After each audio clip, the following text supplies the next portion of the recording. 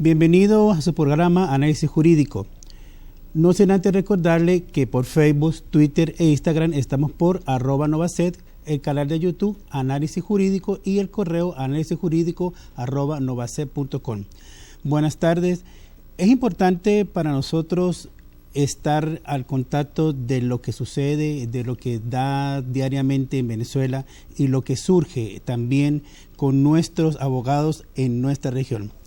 Hoy nos encontramos con el doctor Mauricio Pernía Reyes, quien es abogado en Derecho Administrativo, coordinador de Transparencia en Venezuela, capítulo Táchira, y profesor de Derecho en la UCA y en la UNED.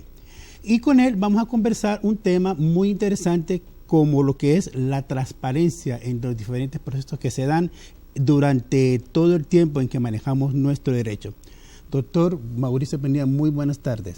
Buenas tardes, muy agradecido por la invitación y por este espacio que nos permite hablar de un tema que nos ha apasionado en los últimos tiempos y que creo que es la bisagra real de las democracias hoy día. Ok, perfecto. Mucha gente se pregunta, tanto del sector público como del sector privado, ¿qué debe hacer ante tantas cosas? ¿Qué se debe, actuar, no?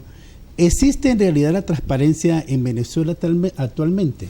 Bueno, el propósito y el espíritu del constituyente de 1999 lo encapsuló, de manera específica en el artículo 141 de la Constitución.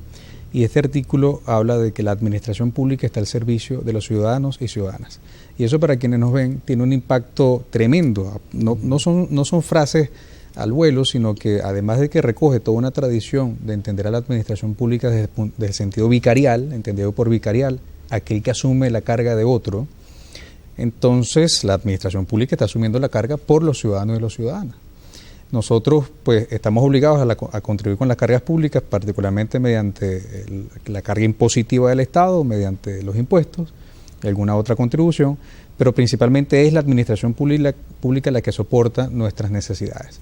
De modo tal de que todo el espectro amplísimo al cual se dedica la administración pública y particularmente la venezolana, actividades de gestión económica, la administración venezolana maneja empresas, un estado empresario, una administración de fomento cuando se declaran municipios o zonas de desarrollo o de economía especial, como lo puede ser Paraguaná o los municipios nuestros de Ureña y Bolívar.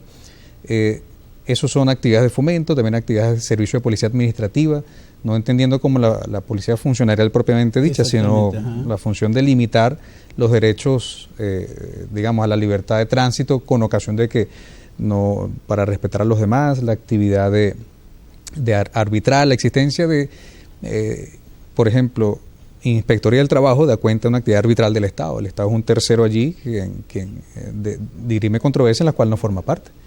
Entonces, si nos damos cuenta, la administración pública cumple más de un rol y esas son cargas que asume por el ciudadano. De hecho, el mejor modo de entender qué entendemos o cuando estamos frente a un servicio público es cuando vemos que estamos sobre algo que no podemos nosotros hacer por nosotros mismos.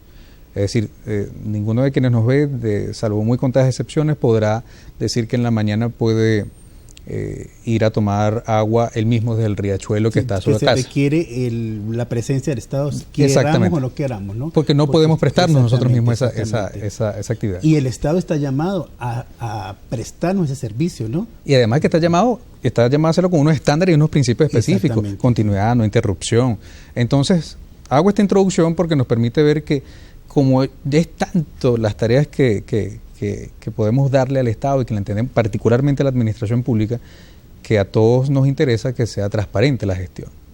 Y cuando es transparente, el mismo artículo 141 describe por qué está al servicio de los ciudadanos y ciudadanas la administración y sobre qué principios se rige tal actividad. Sí, porque la gente a veces se pregunta, por ejemplo, el servicio público cualquiera, ¿por qué el Estado lo está manejando si lo está haciendo, vamos a suponer, entre comillas, tan mal?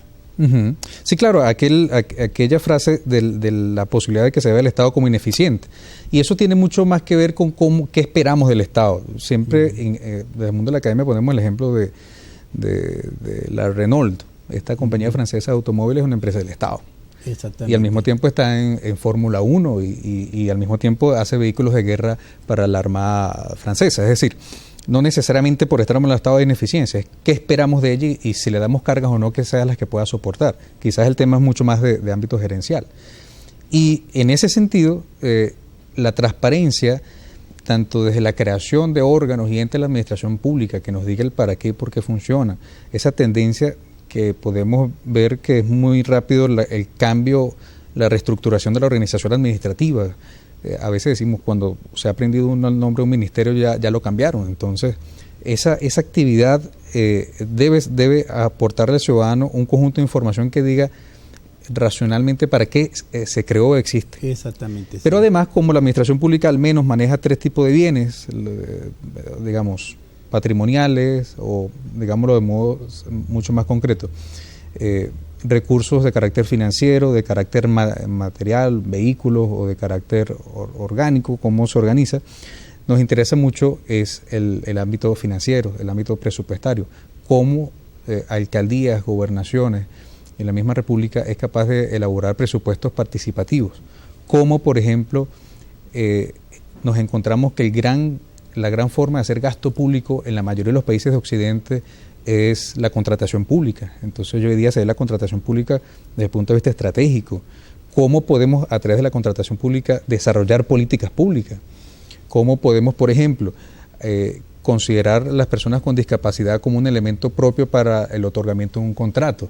Eso favorece una política pública, pero al mismo tiempo se satisface una necesidad del Estado, bien sea en infraestructura, en servicios o en digamos, en un hacer concreto. En un hacer concreto, sí, porque ciertamente se va a ver la diferencia, ¿no? de digamos, la aplicación de las cargas públicas. Muy interesante lo que estamos hablando. Vámonos un momentico a comerciales y ya regresamos con análisis jurídico.